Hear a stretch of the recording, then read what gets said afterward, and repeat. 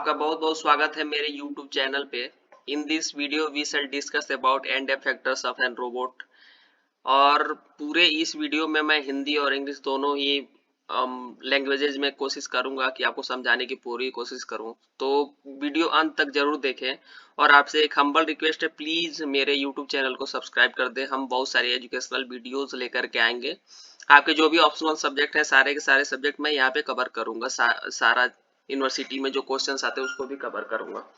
तो आते हैं सीधे, एंड इफेक्टर क्या होता है। बेसिकली जो डिफिनीशन मैंने यहाँ पे 3 पॉइंट्स में लिखे हुए हैं, आप देख सकते हैं। वीडियो को पॉज करके अगर आप नोट्स बनाना चाहते हैं तो नोट्स बना सकते हैं। इसमें बेसिकली जो एंड इफेक्टर होता है वो जो रिस्ट होता है, ठीक है, रोबोट का जो रिस्ट होता है उससे जनरली अटैच्ड होता है, ठीक।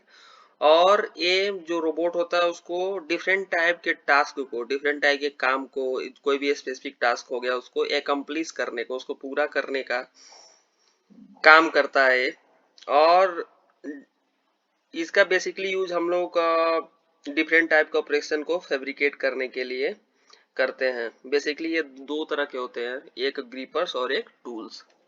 तो उसको हम लोग आगे डिटेल में देखेंगे। पहला पॉइंट ये देखते हैं इसमें कि एंड इफेक्टर क्या है। एक ऐसा डिवाइस या टूल है जो कनेक्ट होता है कहाँ पे, रोबोट के आर्म पे, where the hand would be, ठीक। The end effector is the part of the robot that interacts with the environment. Basically end effector ये वो पार्ट होता है जो आपके इन्वायरमेंट में इंटरेक्ट करता है। इंटरेक्शन का काम एंड इफेक्टर ही करता है। डिफरेंट टाइप के ऑपरेशंस करते हैं हम लोग रोबोट के हेल्प से। पेंटिंग हो गया तो वो सब हम लोग आगे देखेंगे, राइट। तो ये इंटरेक्शन का काम करता है इन्वायरमेंट से, ठीक। The structure of an end effector and the nature of the programming and hardware that drive it depend on the task the robot will be performing. जो एंड इफेक्टर का बेसिकली नेचर या किस प्रकार की programming हम लोग कर रहे हैं वो डिपेंड करता है, या उसका हार्डवेयर कैसा होगा किस पे डिपेंड करता है। वो पूरा पूरा जो डिपेंड करेगा किस पे, कि किस तरह का रोबोट को टास्क परफॉर्म करना है, किस तरह का रोबोट टास्क परफॉर्म करेगा। उस हिसाब से हम लोग उसको डिजाइन करेंगे, उस हिसाब से हम उसको प्रोग्राम करेंगे, ठीक है। तो ये था थर्ड पॉइंट। देखिए अब यहाँ पे इस वाले फिगर को देख करके आपको क्लियर हो गया होगा कि एंड इफेक्टर क्या है। देखिए, correct name for the hand that is attached to end of robot, it is use for grasping. जैसे पहले ही मैंने बताया कि डिफरेंट टाइप के ऑपरेशंस को करने के लिए यूज होता है एंड इफेक्टर। तो उसमें आप लोग पॉइंट वाइज डाल करके लिख सकते हैं, लाइक ग्रेस्पिंग का किसी चीज को पकड़ने का काम करेगा, ड्रिलिंग का काम कर सकता है, painting, welding, etc. Different end effectors allow for a standard robot to perform numerous operations. Different type के जो end effector होते हैं किसी भी रोबोट में, स्टैंडर्ड रोबोट में, वो डिफरेंट टाइप के ऑपरेशंस को परफॉर्म करने के लिए यूज होते हैं, ठीक। बेसिकली दो तरह के होते हैं एंड इफेक्टर। पहला आपका ग्रीपर और दूसरे को टूल बोलते हैं, जैसे मैंने पहले भी आपको बताया। अब देखिए, जो मैन्युफैक्चरिंग प्रोसेस में जो एंड इफेक्टर्स यूज होते हैं उनमें फॉलोइंग जो टर्म्स है ये सारे के सारे शामिल हैं। पहला है एंटी कोलिजन सेंसर्स, दूसरा brushes, cameras, cutting tool, drills, grippers, magnets, screw drives, spray guns, vacuum cups, welding guns, ये सारे के सारे इंक्लूड होते हैं कहाँ पे, जो एंड इफेक्टर हैं जो कहाँ पे यूज होते हैं, मैन्युफैक्चरिंग में, ओके। अब हम लोग ये वाला फिगर आप देखिए, एंड इफेक्टर है सारे के सारे। यहाँ पे ग्रेफ्स करने के लिए यूज हो रहा है, किसी वैक्यूम सक्शन क्रिएट कर करके ये उठा रहा है। तो हम लोग ये आगे देखेंगे, ये ड्रिलिंग के लिए यूज हो रहा है। ये यहाँ फिंगर्स लगे हुए हैं डिफेक्टर पे जो डिफरेंट ऑब्जेक्ट को हम लोग पकड़ने का काम करेगा। ये भी सब्जेक्ट को एक जगह से दूसरी जगह पर ऑब्जेक्ट्स को ले जाने का काम करेगा एक तरह से। तो इसको हम लोग आगे देखते हैं स्लाइड में। देखिए अब एंड इफेक्टर के टाइप्स और उसकी डिस्क्रिप्शन, मतलब कि क्या कैसा टास्क परफॉर्म करता है, किस लिए यूज होता है, इसको मैंने फिगर आउट करने की कोशिश की है जो आप एग्जाम्स में आसानी से लिख सकते हैं। पहला है mechanical gripper, two or more fingers which are actuated by robot control to open and close on a work part. इसमें दो या दो से अधिक फिंगर्स होते हैं जो हमारे रोबोट कंट्रोलर की हेल्प से एक्चुएट होता है और इसका काम हम लोग ओपन करने के लिए या क्लोज करने के लिए किसी भी वर्क पार्ट को करते हैं। दूसरा वैक्यूम ग्रीपर, देखिए वैक्यूम ग्रीपर का मेन काम होता है सक्शन कप्स के जैसे ये होते हैं और सक्शन के हेल्प से सक्शन क्रिएट करता है और जो भी फ्लैट ऑब्जेक्ट है, लाइक अगर स्टील का फ्लैट ऑब्जेक्ट है आपके पास, स्टील की प्लेटें हैं इंडस्ट्री में, तो उसको एक जगह से दूसरे जगह ले जाएगा ये सक्शन क्रिएट करके। तो ये है वैक्यूम ग्रीपर। तीसरा है मैग्नेटाइट डिवाइसेस, जैसे नाम से ही पता चल रहा है मैग्नेटाइट मतलब कि ये कहीं ना कहीं फेरस या लोहे से जुड़ा हुआ वर्क पार्ट जो होगा उसको हैंडल करने के लिए यूज होगा। तो यहाँ पे मैंने डिटेल में लिखा हुआ है, based on the principle of magnetism these are used for holding ferrous work part, right. Now coming to the next point, adhesive devices. अब आपने बहुत बार पढ़ा होगा कि एडहेसिव और कोहेसिव फोर्स क्या होता है, तो उसको डिटेल में बताने की तो जरूरत है नहीं कि एडहेसिव डिवाइसेस और कोहेसिव डिवाइसेस क्या होती है। उसके लिए मैं एक अलग वीडियो बना दूंगा।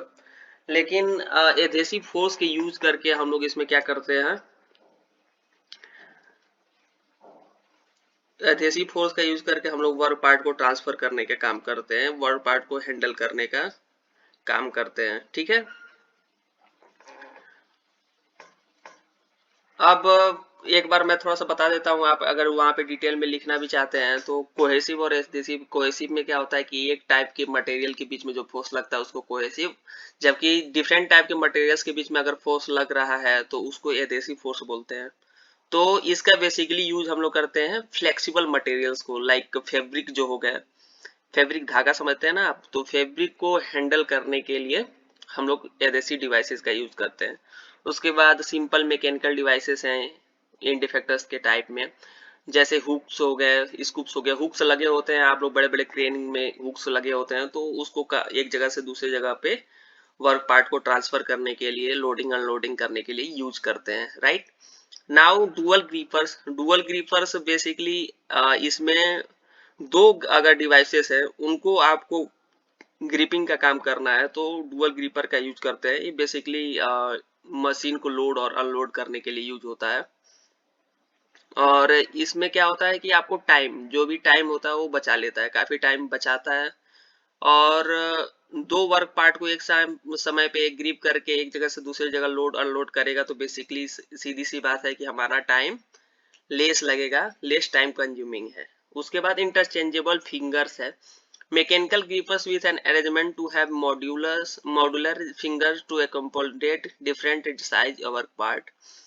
Sensor feedback finger, sensor feedback finger का क्या काम है, बेसिकली सेंसर फीडबैक फिंगर में ये सेंसिंग डिवाइसेस लगे होती है, mechanical gripper with sensor feedback capabilities in the finger to aid location of the work part का क्या लोकेशन है, किस इंस्टेंट पे, किस समय पे वो एक्चुअली फीडबैक के रूप में आपको कंट्रोल डिवाइस के पास पहुंचाएगा और ये पता करेगा कि एक्चुअली जो हमारा इंड इफेक्टर है, जो ग्रीपर लगे हुए हैं, वो बेसिकली करेक्ट फोर्स अप्लाई कर रहे हैं नहीं, करेक्ट ग्रिप अप्लाई कर रहे हैं नहीं। तो इसके लिए हम लोग सेंसरी फीडबैक फिंगर्स का यूज करते हैं। उसके बाद मल्टीपल फिंगर ग्रिपर्स आ गया। मल्टीपल फिंगर ग्रिपर आपका हाथ है, आपका हाथ का जो स्ट्रक्चर है, जो रचना है, जो एनाटोमी है आपके हाथ का, सेम वैसा ही होता है multiple finger grippers, right. Mechanical grippers as per the generally anatomy of human hand. Standard grippers, standard grippers क्या है, mechanical gripper that are commercially available, जिनका कमर्शियली हम लोग यूज करते हैं, thus reducing the need to custom design a gripper for separate robot application, जिसको हम लोग डिफरेंट टाइप के रोबोट एप्लीकेशंस के लिए यूज करते हैं और डिफरेंट टाइप के टास्क को करते हैं। तो ये था इंड इफेक्टर। और आपको वीडियो अच्छा लगा होगा तो प्लीज लाइक सब्सक्राइब और शेयर कर दे, आपसे बहुत ही हम्बल रिक्वेस्ट है। अगले वाले वीडियो में हम लोग दूसरे टॉपिक को पढ़ेंगे। बहुत बहुत धन्यवाद वीडियो देखने के लिए।